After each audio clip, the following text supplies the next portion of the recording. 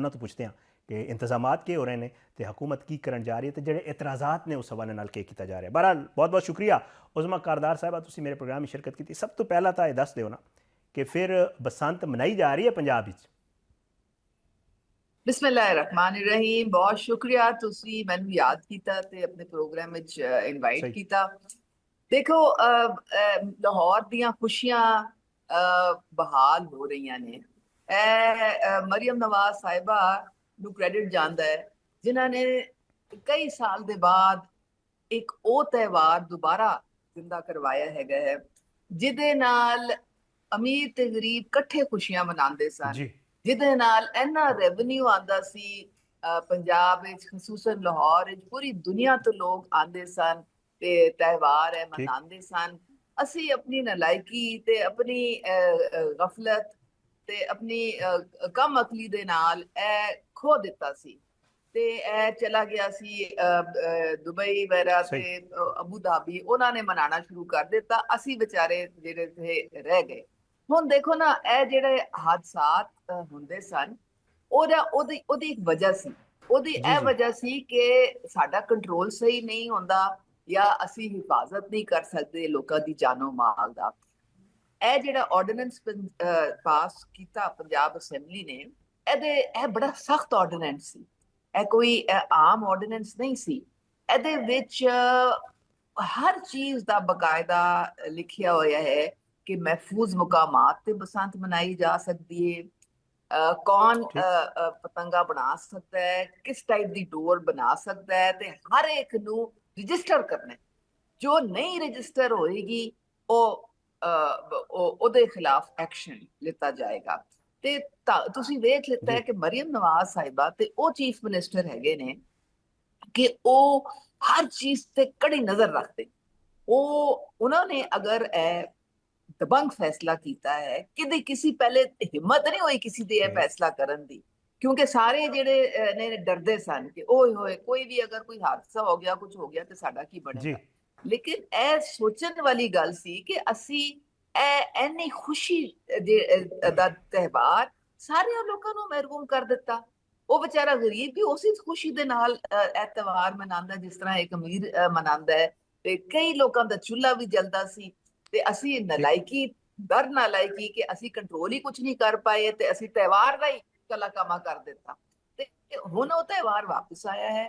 ਹੁਣ ਤੁਸੀਂ ਵੇਖ ਰਹੇ ਹੋ ਕਿ ਮਰੀਮ ਨਵਾਜ਼ ਸਾਹਿਬਾ ਦੀ जी ਡਾਇਰੈਕਟ ਜਿਹੜੀ ਹੈ ਨਾ ਮੋਨੀਟਰਿੰਗ ਔਰ ਸੁਪਰਵਿਜ਼ਨ ਦੇ ਵਿੱਚ तमाम ਅਦਾਰੇ, तमाम ਮਹਿਕਮੇ, तमाम ਪੁਲਿਸ ਦੇ ਜੋ ਅਹਿਲਕਾਰ सही। ਸਾਰੇ ਜਿਹੜੇ ਨੇ ਹੁਣ ਤੁਸੀਂ ਵੇਖ ਲਓ ਹੈਲਮਟ ਪਾਣੀ ਸ਼ੁਰੂ ਕਰ ਦਿੱਤੀ ਨਾ ਸਾਰਿਆਂ ਨੇ। ਉਹ ਤੇ ਅੱਧਾ ਕੰਮ ਤੇ ਉਂਝ ਹੀ ਠੀਕ ਹੋ ਗਿਆ ਤੇ ਬਕਾਇਆ ਜਿਹੜਾ ਹੈ ਖਸੂਸੀ ਜਿਹੜੀ ठीक। ਜਗ੍ਹਾ ਹੈਗੇ ਉਹ ਪਹਿਲੇ ਡੀਸੀ ਨੇ ਜਾ ਕੇ ਮੁਖਤਸ ਕੀਤੀਆਂ ਹੋਈਆਂ ਨੇ ਮਰੀਮ ਨਵਾਜ਼ ਸਾਹਿਬਾ ਦੇ ਅਹਿਕਾਮਾਤ ਦੇ ਮੁਤਾਬਿਕ। ਉੱਥੇ ਖਾਲੀ ਬਸੰਤ ਤੁਸੀਂ ਮਨਾ ਸਕਦੇ ਹੋ। ਪੂਰਾ ਜਿਹੜਾ ਲਾਹੌਰ ਹੈ ਉਹ सही।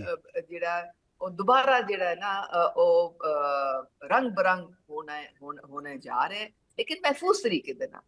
ਕੋਈ ਇਸ ਤਰ੍ਹਾਂ ਦੀ ਅੱਛਾ ਉਹ ਜਿਹੜੇ ठीक। ਪ੍ਰੋਟੈਕਟਿਵ ਇੱਕ ਸ਼ੀਲਡ ਹੁੰਦੀ ਹੈ ਮੋਟਰਸਾਈਕਲਿਸਟ ਤੇ ਉਹ ਵੀ ਹਕੂਮਤ ਲਗਵਾ ਰਹੀ ਹੈਗੀ ਹੈ ਤਾਂ ਕਿ ਕੋਈ ਇਸ ਤਰ੍ਹਾਂ ਦਾ ਮਾਮਲਾ ਨਾ ਹੋ। ਤੇ ਅਵਲ ਤੇ ਜਿਹੜਾ ਹੈਲਮਟ ਤੁਸੀਂ ਪਾ ਲਿੱਤਾ ਤੇ ਉਹ ਤੇ जी ਤੁਸੀਂ ਉਂਝ ਹੀ ਮਹਿਫੂਜ਼ ਹੋ ਜਾਂਦੇ ਹੋ। ਤੇ ਇਹ ਸਾਰੇ ਕੰਮ ਜਿਹੜੇ ਸੀ ਪਹਿਲੇ ਕਿਸੇ ਚੀਫ ਮਿਨਿਸਟਰ ਦੀ ਹਿੰਮਤ ਨਾ ਹੋਈ। ਸਾਰਿਆਂ ਨੇ ਕਹਾ ਕਿ ਨਹੀਂ ਨਹੀਂ ਨਹੀਂ ਨਹੀਂ ਇਹ ਨਹੀਂ ਕਰਨਾ ਇਹ ਨਹੀਂ करना इससे ਅਸੀਂ ਨਹੀਂ ਇਹ ਕੰਟਰੋਲ ਕਰ जी जी ਸਕਦੇ। ਮਰੀਮ ਨਵਾਜ਼ ਸਾਹਿਬਾ ਨੇ ਕਿਹਾ ਮੈਂ ਕੰਟਰੋਲ ਕਰਕੇ ਵਿਖਾਵਾਂ, ਇਹ ਤਿਉਹਾਰ ਵਾਪਸ ਲਾ ਕੇ ਵਿਖਾਵਾਂਗੀ ਤੇ ਉਹਨਾਂ ਨੇ ਵਿਖਾ ਦਿੱਤਾ ਹੈ। करदार साहब ये भी दसो ना कि ठीक है हिफाजती इंतजाम का जिक्र भी हो रहा है हो भी रहे हैं लेकिन नाल नाल खबर ये भी ने कि छोटे मोटे हादसा हुण तो ही शुरू हो गए हैं ना। ये दसो कि किस तरह जितने भी इंतजाम ने इन्हों किस तरह यकीनी बनाया जाएगा? देखो गैर कानूनी है ਇਹ ਜਿਹੜੇ ਰਾਹ ਚਲਦੇ सही। ਪਤੰਗਾਂ ਉਡਾਣੀਆਂ ਸ਼ੁਰੂ ਕਰ ਦਿੰਦੇ ਨੇ ਨਾ ਇਹਨਾਂ ਦੇ ਖਿਲਾਫ ਕਾਨੂੰਨ ਹਰਕਤ ਵਿੱਚ ਆ ਰਿਹਾ ਤੇ ਸਾਰਿਆਂ ਨੂੰ ਸਖਤੀ ਦੇ ਨਾਲ ਆਰਡਰ ਹੈ ਕਿ ਜਿਹੜਾ ਇਸ ਤਰ੍ਹਾਂ ਦਾ ਕੰਮ ਕਰੇਗਾ, ਜਿਹੜਾ ਕਾਨੂੰਨ ਤੋੜੇਗਾ ਉਹ ਜੇਲ੍ਹ ਦੀ ਹਵਾ ਖਾਏਗਾ। ਤੇ ਇਹ ਨਾ ਸਮਝਣ ਕਿ ਜੀ ਅਸੀਂ ਮਾਦਰ ਪਿਦਰ ਆਜ਼ਾਦ ਹੈਗੇ ਤੇ ਅਸੀਂ ਜੋ ਮਰਜ਼ੀ ਕਰ ਲਾਂਗੇ। ਜੋ ਮਰਜ਼ੀ ਨਾ जी ਤੁਸੀਂ ਨਹੀਂ ਕਰ ਸਕਦੇ। ਇਹ ਜਿਹੜੇ ਜਿਸ ਤਰ੍ਹਾਂ ਹਕੂਮਤ ਨੇ ਕਾਇਦਾ ਕਾਨੂੰਨ ਬਣਾਇਆ ਹੈ ਉਹਦੇ ਮੁਤਾਬਿਕ ਤੁਸੀਂ ਸਿਰਫ ਬਸੰਤ ਮਨਾ ਸਕਦੇ ਹੋ। ਤੇ ਇਹ ਤੁਸੀਂ ਫਿਕਰ ਨਾ ਕਰੋ, 2-4 ਅੰਦਰ ਹੋਣਗੇ ਤੇ ਬਾਕੀ ਵੈਸੇ ਉਂਝ ਹੀ ਸਿੱਧੇ ਹੋ ਜਾਣਗੇ। ਤੇ ਕੋਈ ਡੋਰ ਨਹੀਂ ਬਣਾ ਸਕਦਾ, ਸ਼ੀਸ਼ੇ ਵਾਲੀ ਡੋਰ ਹਰਗਿਜ਼ ਕੋਈ ਨਹੀਂ ਬਣਾ ਸਕਦਾ। ਇਹ ਛਾਪੇ ਪੈ ਰਹੇ ਨੇ, ਇਹ ਤੇ ਸਾਰੇ ਰਜਿਸਟਰ ਹੋਏ ਨੇ, ਉਹਨਾਂ ਨੂੰ ਜਿਹੜੇ NOC ਮਿਲਿਆ, ਫਿਰ ਉਹ ਬਣਾ ਰਹੇ ਨੇ ਸਾਰੇ। ਤੇ ਤੁਸੀਂ ਬਿਲਕੁਲ ਇਹ ਫਿਕਰ ਨਾ ਕਰੋ।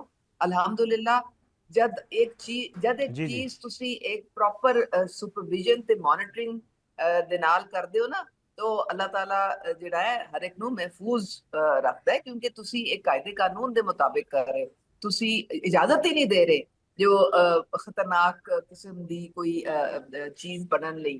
ਤੇ ਫਿਰ ਕਿਸ ਤਰ੍ਹਾਂ ਸੇ ਇਸ ਤਰ੍ਹਾਂ ਦੇ ਐਕਸੀਡੈਂਟ ਤਾਂ ਹੋਣਗੇ ਨਹੀਂ ਇਨਸ਼ਾਅੱਲਾ। ਤੇ ਤੁਸੀਂ ਬਸ ਇੱਕ ਮਖਸੂਸ ਜਗ੍ਹਾ ਤੇ ਜਿੱਥੇ ਵੀ ਹਕੂਮਤ ਨੇ ਇਜਾਜ਼ਤ ਦਿੱਤੀ ਹੈ ਉੱਥੇ ਜਾਓ, ਉੱਥੇ ਬਸੰਤ ਮਨਾਓ। ਤੇ ਸਾਰੀ ਰਜਿਸਟਰਡ ਹੈਗੀਆਂ ਨੇ ਜਿਨ੍ਹਾਂ ਨੂੰ ਇਜਾਜ਼ਤ, ਕਾਫੀ ਲੋਕਾਂ ਨੂੰ ਇਜਾਜ਼ਤ ਮਿਲੀ ਹੈ। ਮੈਨੂੰ ਐਗਜ਼ੈਕਟ ਨੰਬਰ ਤੇ ਯਾਦ ਨਹੀਂ ਹੈਗਾ, ਕਾਫੀ ਲੋਕਾਂ ਨੂੰ ਇਜਾਜ਼ਤ ਮਿਲੀ ਹੈ ਪਤੰਗਾ ਵੀ ਬਣਾਉਣ ਦੀ, ਡੋਰਾ ਵੀ ਬਣਾਉਣ ਦੀ, ਲੇਕਿਨ ਇਸ ਤਰ੍ਹਾਂ ਦੀ ਡੋਰਾ ਨਹੀਂ ਜਿਹੜੀ ਦੂਜੇ ਦੀ ਜਾਨ ਜੋ ਹੈ ਉਹ ਖਤਰੇ ਚ ਪਾ ਲੈ। ਉਹ ਸਿਰਫ ਡੋਰ ਦੀ ਇਜਾਜ਼ਤ ਹੈ ਜਿਹੜੀ ਆਮ ਡੋਰ ਹੁੰਦੀ ਹੈ, ਜਿਹਦੇ ਨਾਲ ਕੋਈ ਨੁਕਸਾਨ ਨਹੀਂ ਹੁੰਦਾ ਹੈ। ਤੇ ਉਂਝ ਵੀ ਜਿਹੜੀ ਮੋਟਰਸਾਈਕਲਿਸਟ ਨੇ ਇਸ ਤਰ੍ਹਾਂ ਦੇ ਨੇ, ਉਹਨਾਂ ਨੂੰ ਬਹੁਤ ਜ਼ਰੂਰੀ ਹੈ, ਲਾਜ਼ਮ ਹੈ ਕਿ ਉਹ ਵਾਲੀ ਸ਼ੀਲਡ ਲਾਣੀ ਹੈ। ਤੇ ਹੁਕੂਮਤ ਉਹਦੇ ਲਈ ਵੀ ਇਕਦਾਮਾਤ ਉਠਾ ਰਹੀ। ਉਸਮਾ ਸਾਹਿਬਾ ਇਹ ਵੀ ਦੱਸੋ ਨਾ, ਇੱਕ ਇਤਰਾਜ਼ ਇਹ ਵੀ ਹੈ, ਜ਼ਾਹਿਰ ਇਤਰਾਜ਼ ਕਰਨ ਵਾਲੇ ਤੇ ਕਰਦੇ ਨੇ, ਉਹ ਕਹਿੰਦੇ ਨੇ ਕਿ ਜੀ ਬਸੰਤ ਮਨਾਣੀ ਵੀ ਸਹੀ ਤੇ ਕੋਈ ਇੱਕ ਦਿਨ ਮੁਖਤਸ ਕਰ ਦਿੰਦੇ, ਇਹ 3 ਦਿਨਾਂ ਦਾ ਤਿਉਹਾਰ, 3 ਦਿਨ ਮੁਸਲਸਲ ਬਸੰਤ ਮਨਾਵਣ, ਚੀਜ਼ਾਂ ਬੰਦ ਰੱਖਣ, ਤੇ ਬਾਕੀ ਵੀ ਬਹੁਤ ਸਾਰੇ ਇਤਰਾਜ਼ਾਤ ਆ ਰਹੇ ਨੇ, ਇਸ ਹਵਾਲੇ ਨਾਲ ਕੀ ਕਹੋਗੇ?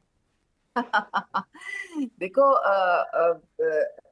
ਹਰ ਚੀਜ਼ ਜਿਹੜੀ ਅਗਰ ਤੁਸੀਂ ਚਾਹੁੰਦੇ ਹੋ ਕਿ ਮਹਿਫੂਜ਼ ਹੋਏ, ਬਾਹਰ ਦੇ ਮੁਲਕਾਂ ਵਿੱਚ ਵੀ ਜਾ ਕੇ ਤੁਸੀਂ ਦੇਖੋ, ਇਹ ਮਖਸੂਸ ਜਗ੍ਹਾ ਹੁੰਦੀਆਂ ਨੇ ਤੇ ਉੱਥੇ ਸਿਕਿਉਰਿਟੀ ਬੜੀ ਟਾਈਟ ਹੁੰਦੀ ਹੈ ਤੇ ਉੱਥੇ ਬਸੰਤ ਮਨਾਈ ਜਾਂਦੀ ਹੈ।